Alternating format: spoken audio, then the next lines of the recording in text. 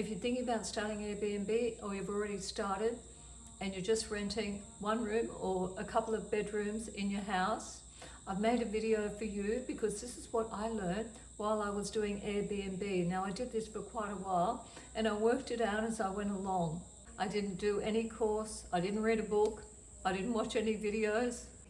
The very first thing I think is a good idea to do is to understand your local regulations. Every town, every city, every shire, every county is different. The regulations for renting out a room or two for somewhere that you're actually living, for somewhere that you're occupying, could be your own home, it might not be, but there are different rules or regulations generally for if you're renting a separate dwelling. You might be renting out separate accommodation that is in your backyard. You might have a tiny home, a granny flat, or you might have your own home separated where there's separate entrance. That's what eventually happened with me. I ended up having a separate entrance, but I didn't start out that way. Before you start, I think it's really important to consider safety. You need to have probably a fire extinguisher, and you definitely need fire alarms. You might consider your stairs or your steps, your entry into your property. Some people might have limitations where they can't walk upstairs or steps, or they might have wheelchair access problems. I don't think you need to have professional photos. I never had professional photos. I took my own, and I only used my phone to take my photos, but I did have multiple photos. And I think it's really nice to put in a few photos of your surrounding areas. Whatever is around you, that's a draw card, something that's an asset. For myself and where I live, it's the beach. We have gorgeous beaches, and we have a famous lighthouse with a really popular walk. I think it's rather obvious that you're going to have to compare prices and see what your competitors are charging. These are hosts that are renting out a space that is similar to what you're renting out. You really do need to compare apples with apples so you can get a good price guide. When you're just starting out, Airbnb has a new listings promotion, and it's really helpful to use this because it's going to help boost your search in your rankings.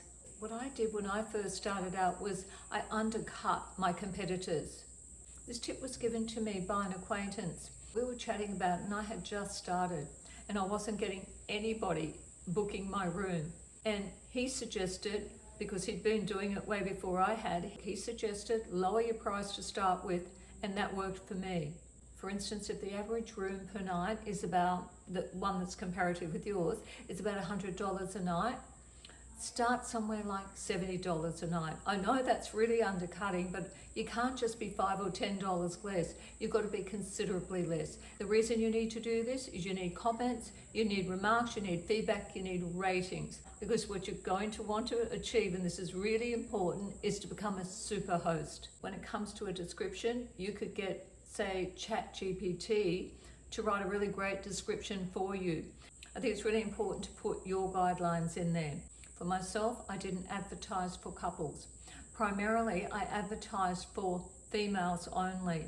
Occasionally, I did have couples stay with me, but I charged more for that. For two people, I charged more.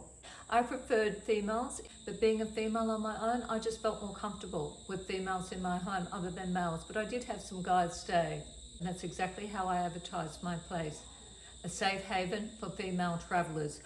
A few times I had the mothers of women in their late teens book for them, women from overseas that wanted to stay somewhere quite safe, and knowing that they were staying with a local, mature woman made them feel safe.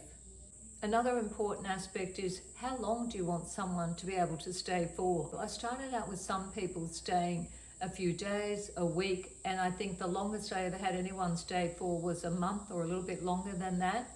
After a while, I decided I preferred shorter stays. And something very important for my particular listing, and this would apply for any tourist area, found there was a much higher demand for weekends, public holidays, long weekends that is, and holidays in general. I was able to charge considerably more money on weekends and even a lot more money on long weekends or major holidays like Easter and obviously the main holidays, Christmas time. That might not apply for everyone. I think, but usually you will find that there's a higher demand for your particular space than there is other times. I'll just add that I chose not to have children or babies stay with me. I really didn't want to take that responsibility on. If you have a separate kitchen or a kitchenette, which I ended up having, I didn't originally, but I ended up having that. What I did was make a printout and I put it in a frame, a picture frame, my kitchen rules. I only put a microwave in. I didn't want to encourage cooking. When it came to providing tea and coffee, I didn't go over the top. I provided a couple of herbal teas, peppermint, chamomile, something like that, black tea, regular coffee and chai. Some people provide coffee machines and they've become a lot cheaper these days. Back then I just provided a plunger, the old-fashioned simple plungers, and I did provide local coffee, our own local coffee that was grown right here in my area. To be very careful on how much you spend and how much you provide. You have to draw the line somewhere because it all eats into your profit. I would buy really lovely homemade soap from my local markets in bulk, so I'd get a better deal that way. But it can be really nice to give your guests something that's a little bit different, something that's a bit local maybe. If you're only renting a room out, you're not 5-star accommodation. Now cleanliness, this is a big one. It's a real big one. It's so important. Aesthetics are important, comfort is important, and cleanliness.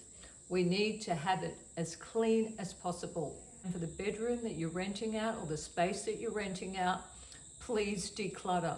Make it appealing, but minimalistic. You're most likely, probably it's certain that you will have to spend some money to get started. You'll probably have to spend your money on some new bed linen. You don't have to buy the most expensive. Some towels, some pillows. In Australia, you could easily shop at places like Big W, Kmart, Target. I did. One thing I did buy that was so appreciated, and I got really positive feedback on this, from Aldi I bought a great mattress topper and it made the bed so much more comfortable. What other extras you offer is up to you, but it can help with your listings. I bought a push bike, secondhand of course, and I bought a helmet to go with it. I did buy the helmet brand new because it was a bit icky thinking of secondhand helmet. In most places it's economical and easy to find a second-hand push bike on Marketplace. And something else that I offered was a yoga mat. A lot of people love yoga in my area. They go to yoga classes, and even when they're on a holiday, they like to attend the local yoga classes. So I offered a yoga mat as well. You don't really need to over-decorate. You don't need candles for people to burn. But something you could use is having the space smell really lovely without being overpowering. I wouldn't suggest using incense because that's a very personal choice. Some people don't like it, some people do like it. If you're sharing your kitchen, they want to come for breakfast, they want to cook some dinner, you could set up times for that. You could have it in your listing, or probably easier just to mention it when they're staying with you. You definitely need to make a little bit of room in your fridge, a shelf just for them where they can put their food. And milk, well, people use lots of different kinds of milk. You can't buy all of them because it's going to be a little bit costly for you. I just provided regular cow's milk, a little bit of soy, and a little bit of almond milk. I didn't provide any other food. It was just milk, tea and coffee. That was it. Some of you will already have bedrooms that are fully furnished and you don't need to buy anything at all. If you don't, it's perfectly okay to buy secondhand. And Marketplace is great for that. When it comes to your bedrooms, I wouldn't use too many strong colours. In fact, I probably wouldn't use any strong colours. I would keep it fairly neutral because everybody has different tastes. For some people, seeing photos of strong colours could turn them off a little bit. I think it's best to play it safe, and I think if you take note, you'll realise that's what most hotels do. There's something that I just remembered that I did provide, and that was a hairdryer. A lot of women, when they're travelling, obviously hairdryers are bulky, they're big, they're too hard to carry if you're coming from another country. Their electricity might be different. Occasionally they wanted to borrow mine, and I kind of feel that's a bit personal for me, so I ended up buying a really basic one from Aldi. I didn't offer any facilities for washing clothing. That was taking a little bit too far. In the end, I only did shorter stays. This is important too. Don't forget to charge a cleaning fee. I did all my own cleaning, and I suggest don't try and pay for a cleaner unless you think you can afford to and you can find one available. Not easy because you're not sure of who's going to book and how long they'll book for and when they're going to book. And you really sometimes have a very short turnaround time, that space in between one and the next. I've had them leave and come on the same day. You can't find a cleaner to do that. but I was okay to do my own cleaning, but I did charge a cleaning fee. Originally, I started at one price and I realized it was a lot of cleaning.